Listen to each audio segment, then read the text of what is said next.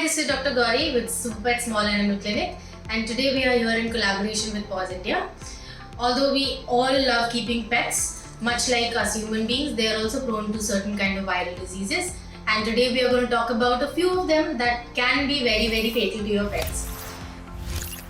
Let's start with canine parvovirus. Parvovirus is usually, it affects the puppies, usually at 35, 40, even a month-old puppy can get parvovirus. It is a virus that attacks the intestines of the puppy. So usually you will see gastrointestinal signs when a puppy has succumbed to parvovirus.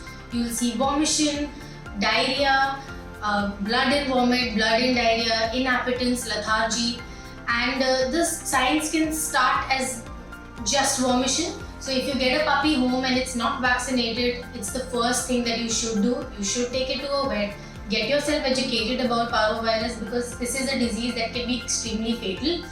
And definitely get your puppies vaccinated at 30 days of age. There is a vaccine called as Puppy DP that protects them against parvovirus and distemper, and that is the age group when they are weaned off from their mothers that they are the most vulnerable to this disease. So get your pets vaccinated at 30 days of age, and if you see any signs like vomition, blood in diarrhea, lethargy, take them to the vet definitely. The next disease that we talk about is canine distemper.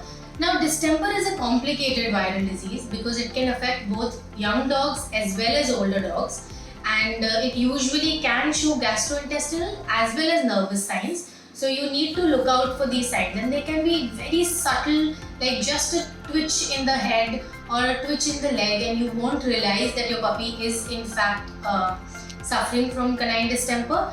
They can have nasal discharge, loose motions, and they can be completely active with this disease as well. Unfortunately, distemper is very difficult to treat and it's an extremely contagious disease. So if you get a pet home, make sure they're away from stray dogs. Stray dogs can harbor this disease and it can spread to your puppies quite quickly. Prevention is of course better than cure. Definitely vaccinate your pups, vaccinate your adult dogs, give them their annual shots if you want to prevent distemper from happening.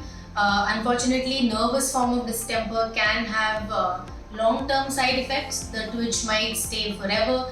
So get your pets vaccinated. I can not emphasize more on vaccinations when it comes to viral infections. Much like when we got coronavirus, COVID hit us quite bad and vaccination was the only cure.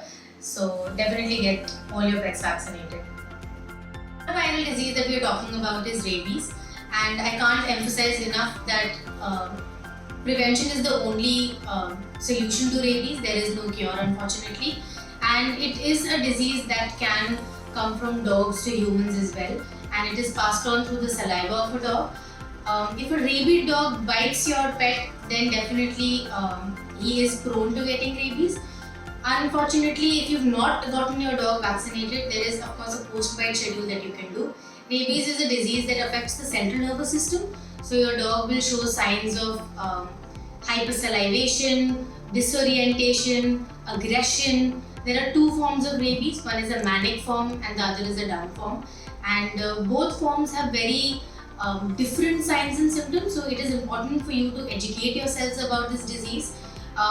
In our country, unfortunately, rabies is something that is very endemic, and one in about 10 dogs can be a rabid dog. So you need to be extra cautious when you take your dogs out for walks, when you take your dogs out for social events, because you don't know if the other person has vaccinated their dog or not. If your dog does get bitten by another dog, the first thing that you need to do is wash the wound very nicely with an antiseptic solution for at least 10 to 15 minutes, and then of course take your pet to the vet. They will of course do a complete post-bite anti-rabies schedule. Also put them on antibiotics, wound dressing solutions, and topical antibiotics for the wound, etc. So definitely if your dog gets bitten by another dog and the dog is not vaccinated, there is no need to panic. It is of course can be controlled, but you need to take quick action and take your dog to the vet. So in conclusion, what we've learned is prevention is definitely better than cure. Get your pets vaccinated.